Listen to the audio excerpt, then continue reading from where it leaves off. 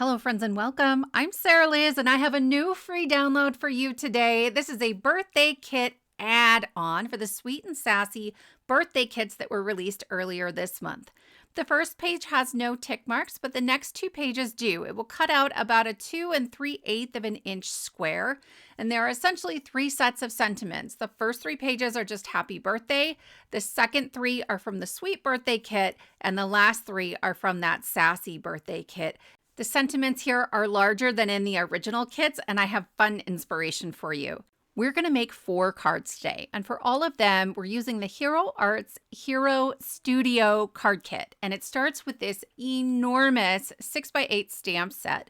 There are 4 layers for a typewriter, and then there are dies that will coordinate with this stamp set. So a large one for the typewriter itself, and then dies for the layered florals and layered leaves. Then we also have dies that will cut those if you didn't want to do any stamping. So we have this fancy die that is the typewriter, a piece to cut out, a piece of paper to put in the typewriter, and the same florals. But again, all of the sort of detail of the roses then is in the die. This smaller stamp set is 4x6. There's a thinking of you, a happy birthday, and a bunch of additional text. It sort of looks like a Valentine's Day kit, but they did a great job making this an all seasons, all-purpose kit. There's another die set in the kit, you guys, that I'm also going to use. I love the pierced detail around the outside edge. This kit also comes with embellishments and cardstock, but I got samples, so I don't have those two pieces. The total value of this kit is $109, but they sell it for $46 during the subscription month. We're going to start by making a mini card with this typewriter. And so I took that die and I cut it 3 times, once from that dark teal, once from silver, and once from black. What I love about these dies is that I always know where every single piece goes because it cuts out as a single piece. But you can see how my typewriter is sort of coming apart at the top. That's because there are just little tiny tabs holding the large pieces together, so they're easy to snip apart and layer like we're going to do. There are not dies for the individual keys. I suppose you could try to punch those out, but that would be very difficult and no one wants to do that anyway. So I just used my acrylic paint pen. I have the Ohuhu ones. I really like them, but you certainly could use a white gel pen or anything else that's a little bit opaque on a dark cardstock, or cut it from white and then just use any marker you have. So I'm going to color all of those pieces in, and I'm going to layer each of my pieces on top of the dark teal. What I love too is that there's that big stamp set with a layered typewriter and a die that cuts that out. Well, the die's a little bigger than the stamp, and the stamp is the same size as this die. So it can act as a shadow layer or a card base for this typewriter, and that's what we're going to do today. In December, I did 12 days of giveaways, and on 2 of those days, I gave away kits from Hero Arts, but they were from probably about 2 years ago now, and I didn't realize how much things had changed. So I always do videos with the Spellbinders monthly kits. I've been doing that for a couple of years now. Well, Hero Arts got bought by Spellbinders, and so if you look at their kits, you'll see a lot of similarities. Subscriptions open on the 6th of the month and they run through the 27th. I just got this. It wasn't really, I think, in their plans or mine that they were going to send this to me. So I'm getting this video out to you as fast as I can. But there are a few days left to get it at that subscription price. I think if there are leftovers, you'll be able to purchase them the following month. But if they are following the Spellbinders pattern, the price will go up at that point. So if you are obsessed with typewriters like I am, please know there's only a couple of days to get this at that $46 price. Okay, so now we're going to make our mini card. This is the die that goes with the stamp set. And I have essentially a small card base. It's scored and folded. And you can see I'm going to hang the cutting edge of that die a little outside of the card base. Okay, so it's going to keep that score line intact. On this one, I did it on the side. I have a few more that I did at the top, so it'll open top folding. And then I have another piece that I have cut out with that same die, and I'm just going to glue it on top. And no one's really going to notice that the card base itself isn't exactly the same size as our typewriter. For our sentiment, I'm going to cut out one of our add-on birthday sentiments. I have a bunch of pages that I printed out that actually were not the right size, so I am using those up. Yours will look a little bit different. Ideally, I would cut this from the page that doesn't have any tick marks on it where they're just straight up and down. But this one says Big Birthday Vibes, and I'll just put that kind of at the top of our little notebook paper, and I'm going to slide that in. Mine sort of fell apart right here, but in theory, you could slide that without having to have like the whole hinge situation that I have going on. I'm adding a little glue behind it just to hold that in place, and then I'll do the same with the other piece of the typewriter. It's just going to make it easier to handle everything and get it centered on our card. There will be a little bit of a shadow layer showing all the way around the outside edge of that typewriter. You guys, I'm obsessed with this one. I don't know what it is about the dark teal. You know, if you've been here, you know I'm team teal all the way. So I am just adding a little bit more glue, and I like the wiggle room that wet glue gives me here. And I will add this onto my card base. I am going to show you how to do this with the layering stamps as well, mostly to try to give you some tips and tricks for using a layered stamp set. I hadn't done it in a long time. I remember being frustrated by that at the very beginning of my stamping journey, or my return to stamping journey. But here's what I do now. I'm going to take the two largest typewriter pieces and I'm going to lay them inside of the negative die cut, right? So I die cut out that shadow layer for the typewriter, and I have the leftover piece. And this is just going to make sure that I can fit the negative into my MISTI and cut those out. And actually, I decided it was going to fit a little bit better flipping this around. I'll pick that up with the door of my MISTI. I have a piece of white cardstock that I've taped in there. I do not want it to move. And then I will take another piece of negative. I switched to craft because there's a little more contrast, and I can just center the typewriter in that negative piece. Then I add a little removable adhesive and one of my blank die cuts, and I will stamp onto that. And I know that it's going to be perfect. I can just assembly line this. I've made a little jig. I will say what you're not seeing is that I like to let those pieces sit and let the ink dry before I move on to the second layer. When you put sort of wet on wet, right? If you're doing watercolor and you put water down and then the watercolor onto that, it just sort of bleeds everywhere, which can be a really cool look. But if I'm using a layered stamp set, I don't usually want to do that. I want those crisp, clean lines. So I do let them dry as long as possible. There's a lot of surface area on these stamps, and so it's really a good idea to prime your stamps. I just rub over it with my hand. There are special tools and stuff you can use for that, but I don't bother. I just do like a practice stamp. So here I'm checking to make sure my alignment is right. I used, again, the negative to try to help make sure that it was in the right place. I haven't moved it from when I stamped the first set. And when I can see that it is, I just put my die cut piece right back in there, and then I can stamp and press over the top of it. I did use pigment ink on this black piece because I feel like you get a better, bolder result. The typewriter keys are what I was most worried about, just because there's so many of them and I want them to line up with all the little empty spaces on my typewriter. So here's my trick. I like to stamp it, do my test stamp with a really light ink first, so that if it's off, I can stamp over it in a darker ink after I move it, and I will still be able to see where it's lining up without that lighter ink really getting in the way of me sort of visually aligning everything. So I've done two stamps now, one in peach ink, and it was not quite right, so I adjusted it, stamped again in a dark gray ink. It looked great. So now I have my die cut back in there, and I decided to use a really vibrant pink, and I love this, where it layers over the top of that blue. You get a great shadow effect. I stamped this in a bunch of different colors on a bunch of different colors of cardstock. Guys, I think I made a dozen of these. We're so excited. Okay, so then I'm going to use the happy birthday on the inside. I'm using my typewriter lines to line that up and make sure it's straight. And I will just pick that up with the door of my MISTI. And then I'll bring in one of my little note cards. I still have that low tack adhesive in there. And I can just sort of hold it open to the side and stamp onto my card.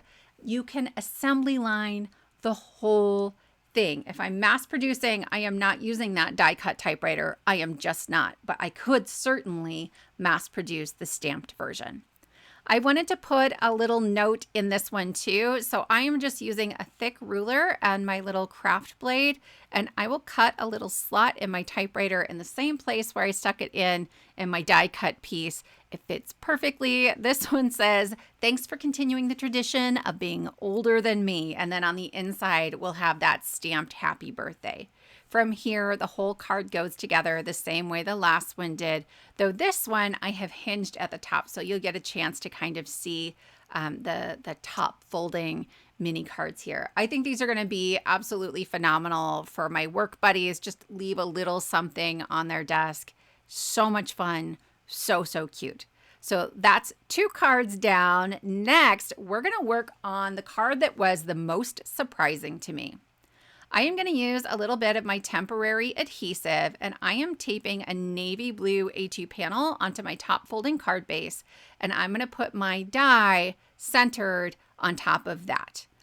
That big die does not cut a heart hole in the middle, so I'm going to take the largest heart die and I'm going to center that right in the middle, and then I will tape all of that down.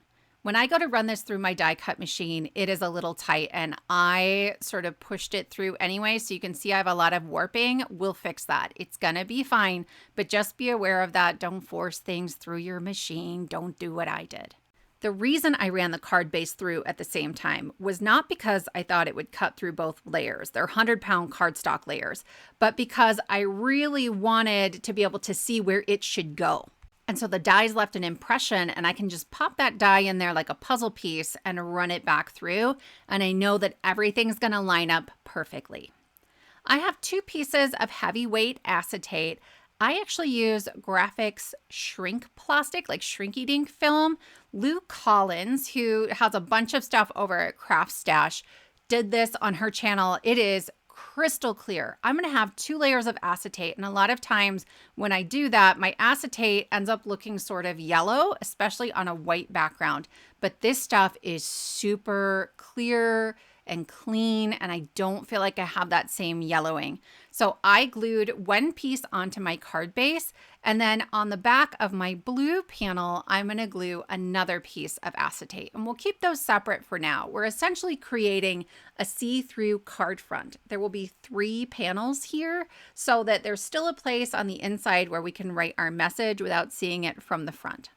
My original plan was to use some of these hero transfers on that acetate to decorate it before I added my sentiment, but I got carried away and had already added my acetate. So I'm just gonna add a sentiment. These are actually scrapbook.com rub-ons, and there's a whole bunch of birthday sentiments.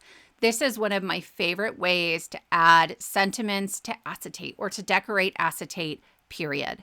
So I am going to just cut out around the sentiment that I want. I've already checked it. It's going to fit beautifully.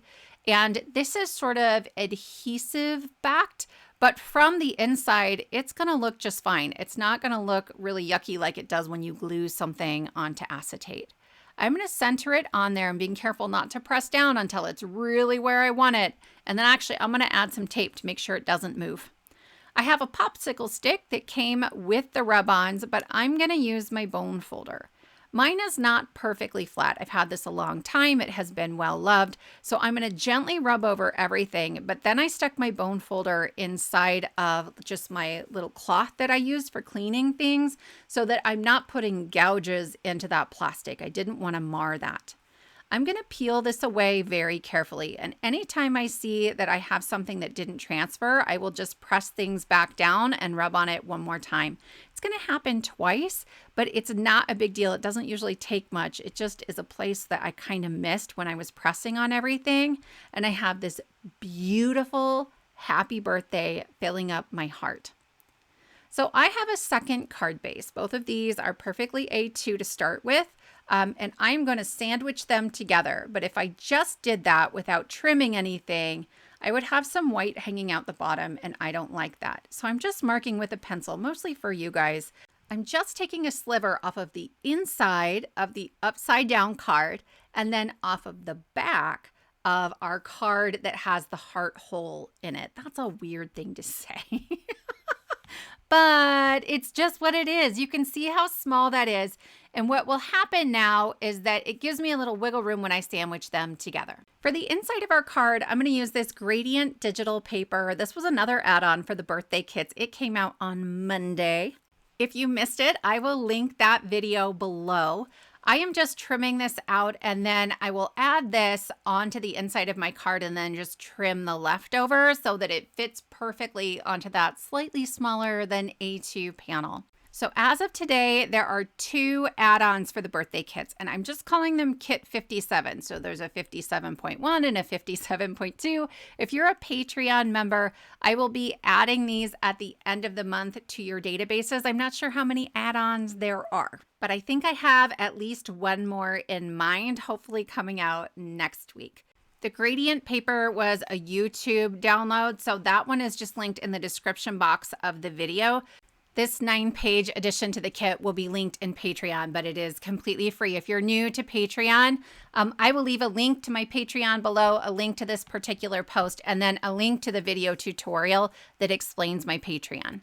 To finish putting our card together, I am adding some glue onto the back of our upside down panel, and then I'm putting the back of our heart panel on the inside of that. A little bit of glue. I'm sort of pushing from the top and bottom where those score lines are to make sure that they're sandwiched as tightly together as we can, and then we can work on our shaker.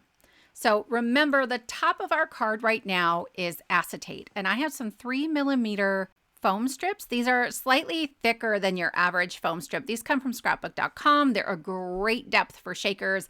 They really let your little bits move around really well inside of there. And I have removed the backing paper from them so that I can curve them around that heart. So I'll just use the longest piece I can so I don't have to sort of piecemeal little tiny leftovers here. And I want to make sure that it's touching anywhere I'm joining 2 pieces of foam together. Once I get everything wrapped around the heart, the rest of it is super easy. I'm just going to use my foam to make sure I go all the way around the outside. I'm a little type A, so I like it to look pretty tidy from the edges. And then I'll put a little bit of foam in the bottom corners just to make sure I'm not going to have any saggy parts in my card. I'm going to make my own shaker mix here. I have 2 from Cat Scrappiness. These are the white AB. I think it's Aurora Borealis. They're a little iridescent flat confetti. These are the sparkle spots. You guys, Trinity Stamps has a new release coming out next week, and you might want to check out the sparkle spots. And then I have these purple flowers that are little clay pieces. The flowers, to me in particular, keep this from looking like a Valentine's card, and I really, really love that about it. I'm going to go over all of my foam with just the thinnest little bead of glue. It will give me the slightest bit of wiggle room when I go to put the other layer on top because they need to be exact. Those holes are the exact same size. And so I am going to get kind of right on top of it. I'm shocked that you're not seeing my head right here, but this went so smoothly and it is subtle and elegant. Oh, friends, you'll have to let me know if you love this as much as I do. I do want a sub sentiment. So I'm pulling out an old kit. This was kit 36, and it just has a ton, like a ton of birthday sub sentiments. These are white text on black, but there's also black text on white, just our regular. And then this kit also had some larger ones where they're 3/8 of an inch instead of just a 1/4 inch if you're looking for those larger font sizes that are a little easier to read sometimes. So this one says, "To my favorite human." I have used the tick marks to cut it out. And again, it's about a 1/4 inch. And then I just sort of trim either side until the margins look like they match. I'm going to go around the outside edge with a black alcohol marker just so it doesn't look so stark white on the side. I want it to look like white printed on black and not like a black reverse image printed on white, which is what it is. I have another piece of black cardstock that's ever so slightly skinnier than a 1/4 inch. And this one is awesome because I'm using up a scrap that had some double-sided adhesive on the back. I love this on acetate. Yes, you're going to see it, but it's going to look way nicer than wet glue. I am sticking that to my pokey tool so I can sort of visualize where it's going to go. You could use tweezers, but mine is toner printed, and my tweezers can sometimes remove just a little bit of that toner, like it can scratch it, and I didn't want that. Then when I think it's where I want it, I will press it down, and my friends, that is card number 2, Shaker Fun Fold. I am obsessed with this one. I will definitely be making more. All right, I have one more card for you today. It is a super simple pop-up. I have a piece of 6x6 patterned paper, and I am going to score this at 3 inches, and then I'll rotate it 90 degrees and score it once again at 3 inches. Then I need to score it diagonally. So I have a white line that I have drawn down that 3-inch mark just to help me see and make sure that everything's on the same line. My pattern paper is thick enough that it's really helpful to put score lines in it, but if yours is a little thinner, it might work better here, and you might not need to actually add those score lines. As I'm folding this, I'm treating it kind of like origami. I want to make sure that my sides are lining up. So I'm lining those up and then sort of finger pressing the score line, and sometimes I'm nudging it just a little bit to make sure that the edges line up really nicely.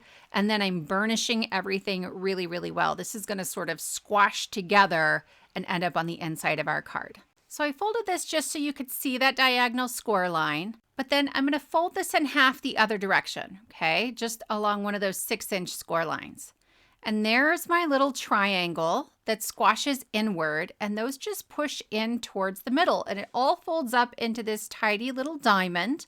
And you can see I'll have sort of a diamond on the bottom and the top, and then these 2 pieces that push in towards the middle.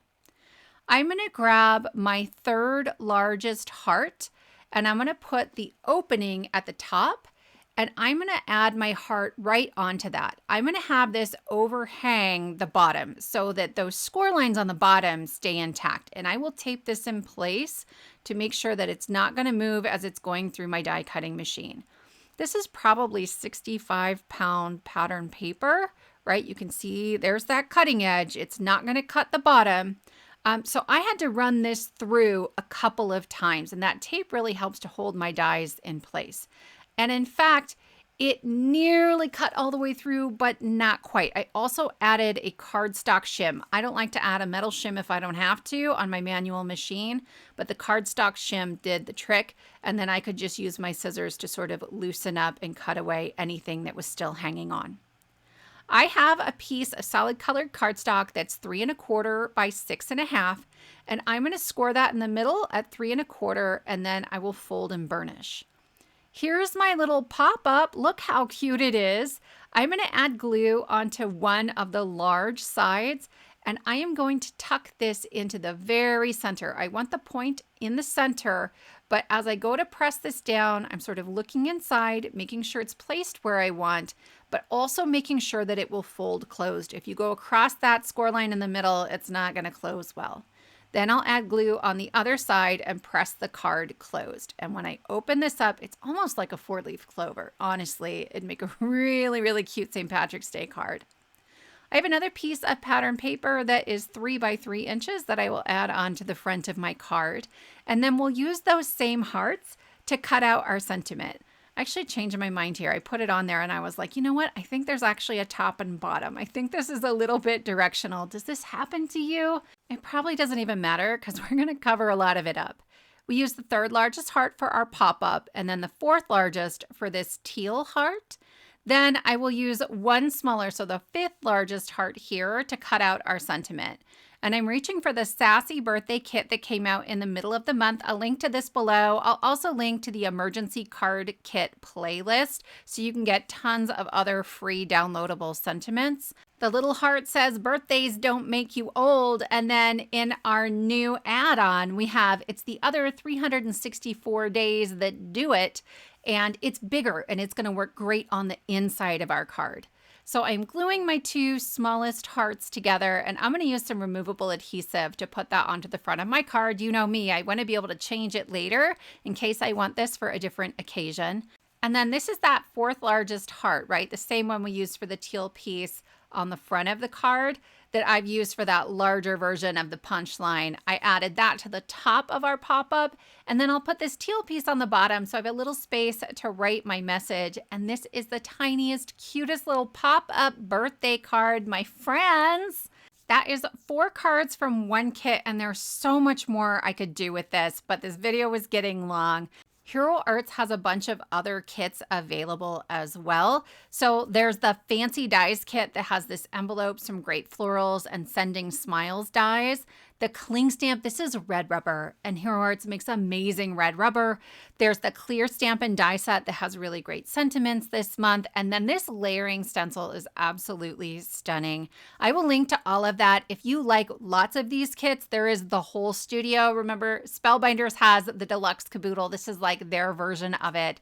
I don't know if I'll get to play with more of their studio kits coming up, but I am so impressed. If you are interested in the free download from today, it's in my Patreon. I'll leave a link to Patreon and then a tutorial video in case you've never been in there before. It is absolutely free. Thank you all so much for spending your time with me, and I will see you next time.